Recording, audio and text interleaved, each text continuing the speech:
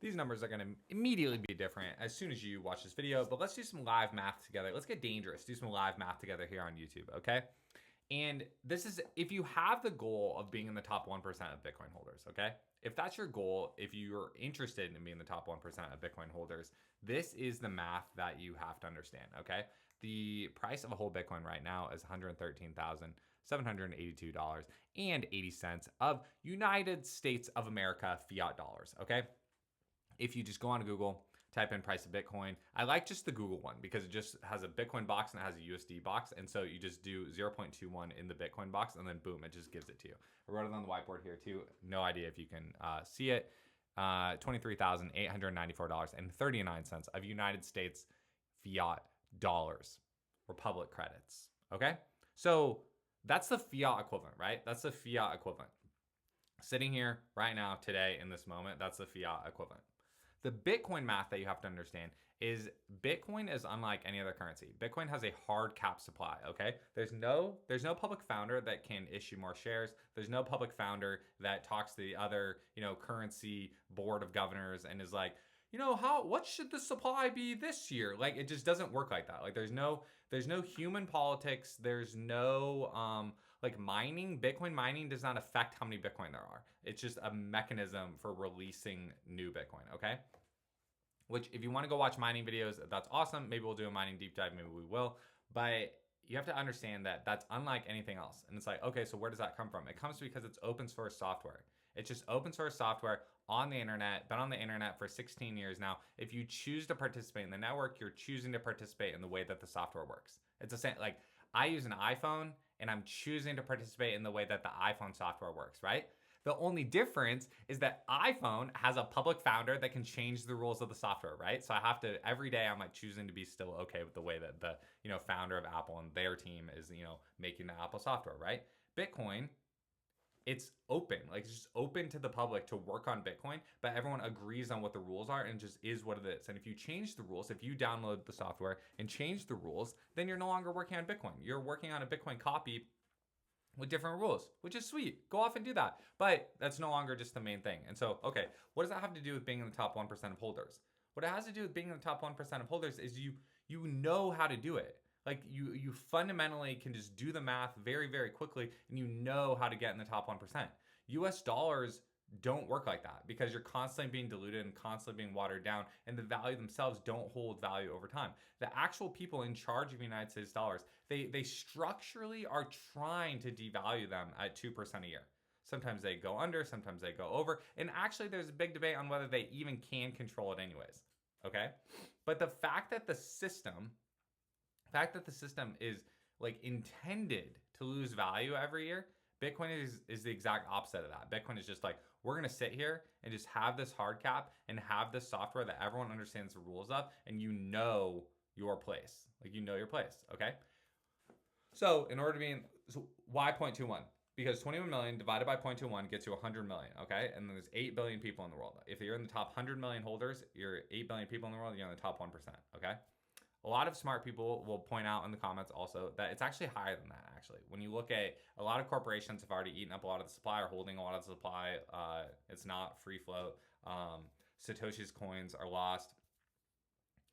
Like the actual available supply is less, okay?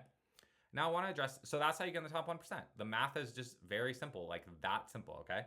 Now I want to address something else. Like I want to address how, well then, okay, how is there enough for everyone? How is there enough for everyone?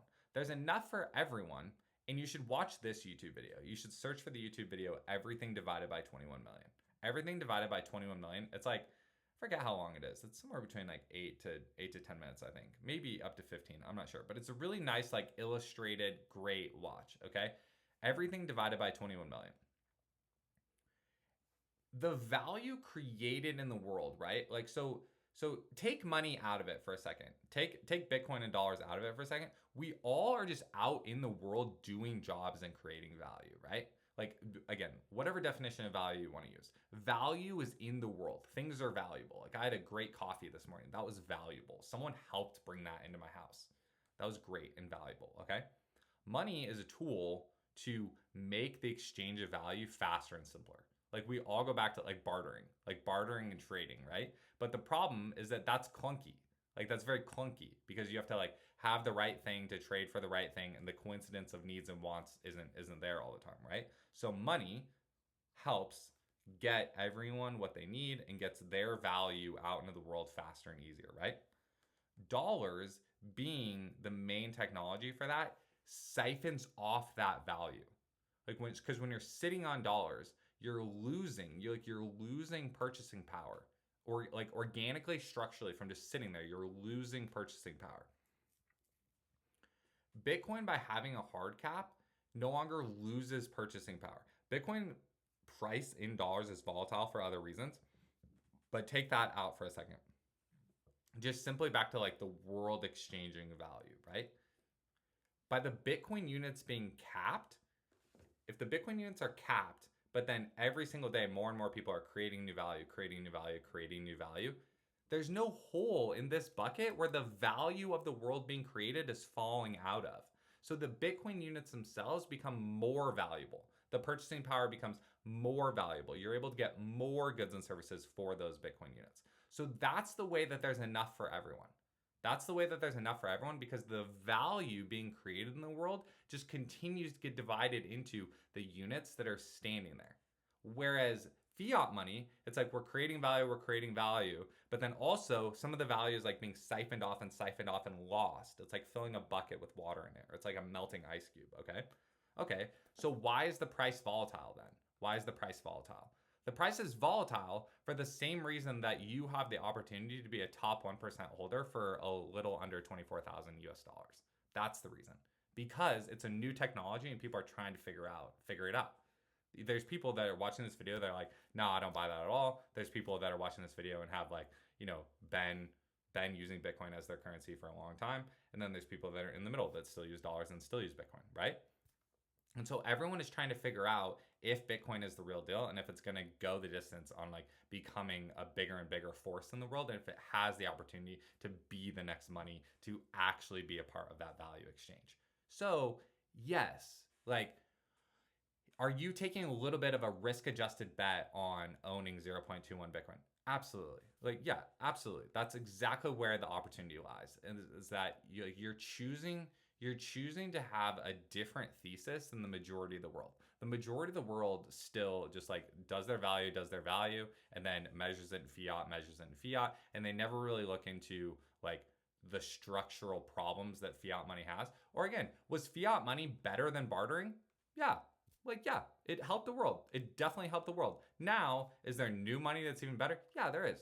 Yeah, there is. And are the people that adopt it earlier going to have a more interesting life than the people that adopt it later? Yeah. Like, yes, that is also true. The same way that like if you had an early iPhone, you were like seen as cool. You were seen as interesting. Like you learned how to use, or if you had the car phone, plug-in phone before the iPhone, you were a little bit like ready for what to do. It wasn't like so much of a jump, right? And so that's where Bitcoin is. And that's where the opportunity for you, like you can be in the top 1% for a little under 24,000, fiat dollars today. You can participate in the monetary network growing and building and be an early adopter of that next wave of money.